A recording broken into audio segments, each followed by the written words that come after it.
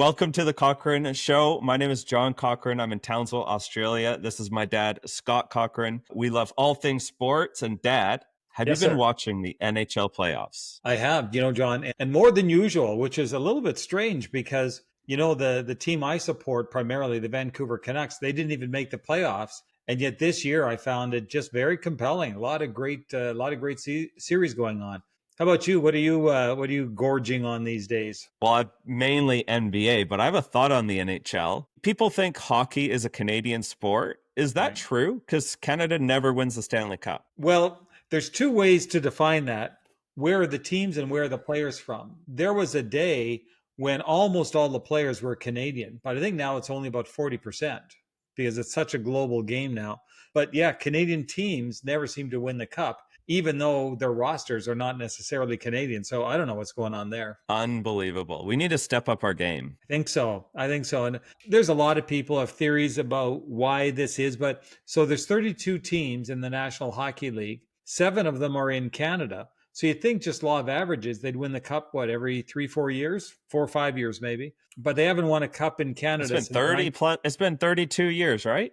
93 was the last time 30. a Canadian team won the cup. They have been in the championship series several times, Canadian teams have, but they just never seem to pull it off. So I don't know. Maybe it's our massive inferiority complex coming out. I think teams are stuck in like no man's land because in sports, you either want to be really good or really bad. Why do you want to be really bad? Well, because when you're really bad, you have a way forward. When you're stuck in the middle, you have no way forward, which sort of brings us to our conversation today. Okay. And what I want to ask you is the NBA just had their draft and the Dallas Mavericks had a 1.8% chance to win the lottery to get the number 1 pick, and they ended up winning. Now, they did not purposefully be bad this year, but there were a lot of teams from the outside looking in that you would think you guys are tanking in order to get a good draft pick in this next year's draft. And the question I have for you is, do you think that's a real thing? Do you think No. teams tank?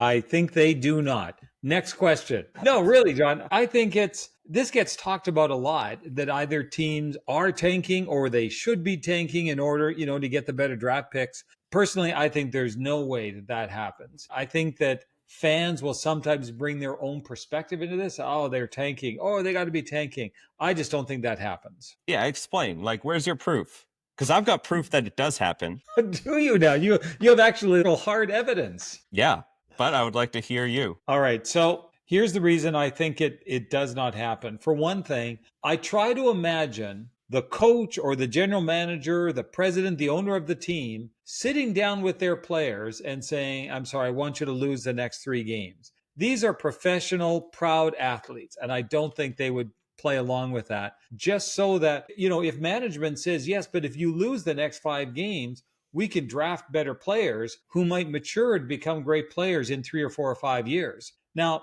if I'm a pro and I'm sitting there, I'm thinking, what do I care what happens in 3, 4, or 5 years? This is about right now. And I don't think a pro athlete would do that.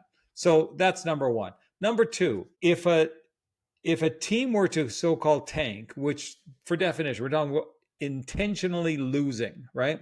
That's got to be the best kept secret on that team since I don't know when. And you never hear anyone admitting, yeah, we tanked, So you'd have to have an entire organization, which is, in pro sports, that's hundreds of people all keeping this secret that we intentionally lost games. That's number two.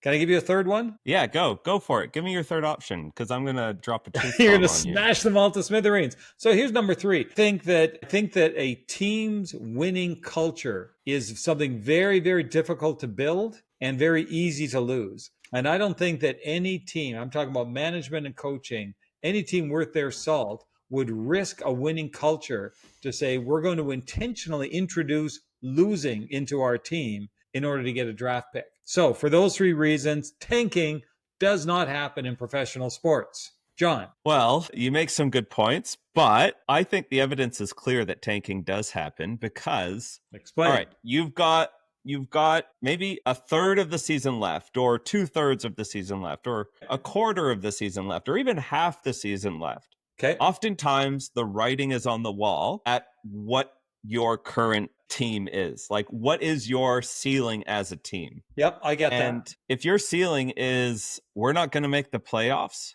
being the first team to miss the playoffs, you're not getting a lottery pick. You're stuck in limbo. And so Yep. what teams will do is they'll say, all right, you've got that injury. Instead of waiting until next year or off season to take the surgery, we want you to take the surgery now. And so the good players will be sat out for the rest of the year to get their injuries fixed, right?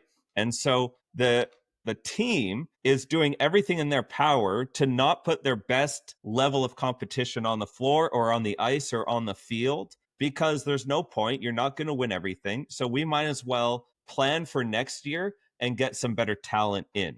And so what they'll do is they'll sit their best players. That's the first thing that they'll do. Secondly, they'll just trade players away. They'll say, we're winning too many games. We need draft picks. So we're going to trade our best players away to get the most amount of draft capital for the future, so that the fans either want to cheer for a team that is in contention or cheer for a team that has future contention in their sights. And if you're just staying in mediocrity, then fans don't want that. They want to root for something. They want to see that the team has a direction, that they're not just content with being mediocre. Okay, but what you're describing, trading away top players, that's not tanking. That's just building for the future. I don't think that's tanking. That's what tanking is. Tanking is a deliberate, secret plan to lose games. Yes, and why would you want to lose games? You don't. So, John. But what, yeah, Dad.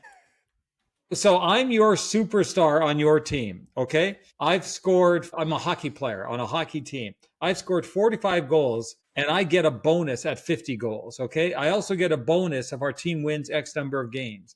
Now, you're the coach or the general manager. You come to me and tell me why we're going to tank and what's my part in this. Convince me that this is a good thing for me, because I'll tell you one thing, as a professional athlete, I'm selfish. So go ahead, convince me that I'm going to do this. All right. Well, Scott Cochrane, you Yes, know sir. that Michael Jordan is considered the best basketball player of all time.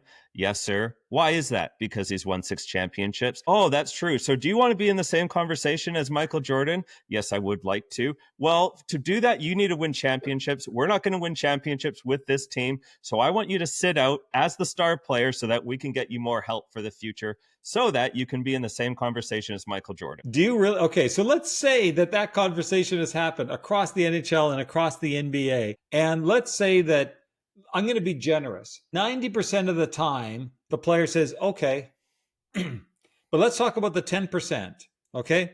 The players say, no, I'm not going to do this. Okay. He's either going to wreck your plan, or he's going to go to the media saying, I'm demanding a trade. Why? Because they just told me to tank. It would never happen. Okay. Well, if you are as good as you say you are, your team should be better. So maybe you're just not the player that you think you are. And B, Philadelphia 76ers had a slogan: trust the process. Joel Embiid was their star player, and he decided to trust the process of being bad for a very long time so that they could have a brighter future. They called it trust the process. It was not the world's best kept secret. Everyone knew they were doing it. This year, the slogan was, there's a number 1 draft pick. He's going to be called Cooper Flag. They called it poop for Coop. Like, let's be poopy so that we can get Coopy on our team. John, if what you are saying is true, and I'm not saying it is, but if what you are saying is true, that this is an actual known plan and approach among certain pro teams, certain basketball teams, I think those teams have lost all credibility in the market. And I think the league and the sport has lost all credibility. And for that reason, I think it does not happen. Okay, Mr. Shark Tank, but you're saying the question wasn't should it happen. The question is, does it happen? And the NBA brought in the play-in tournament to stop tanking from happening. Tanking was happening so much that the NBA brought a new style of format into their league to prevent it from happening. So yes, tanking does happening. Now, should it happen? I think it should happen because, again, no team wants to be stuck in to be mediocre. And sometimes you just got to, and maybe I'm not talking about tanking, but maybe I am talking about trading your best players away for future assets, because, you know, the Milwaukee Bucks are going to do that right now. They've got the second best player in the NBA, but they've got nothing else around him. They've got no future. They've got no draft capital. They have no way to build around him. So they're going to have to trade him away to plan for the future. Well, John, so that is maybe we are talking more about should it than does it happen. And I sure hope it doesn't. Let's talk about dynasty teams, the great teams that won multiple championships in whatever their sport is over a long period of time. One of the reasons that the great Montreal Canadiens hockey teams, the great New York Yankees baseball teams, the reason these teams had extended seasons of championship form is that they built a culture of winning, and players were drawn to these teams because they wanted to be a part of this culture of winning. And you could erode that very quickly by saying, yes, but we're going to try to lose a bunch of games at the end of the year. So if it does happen.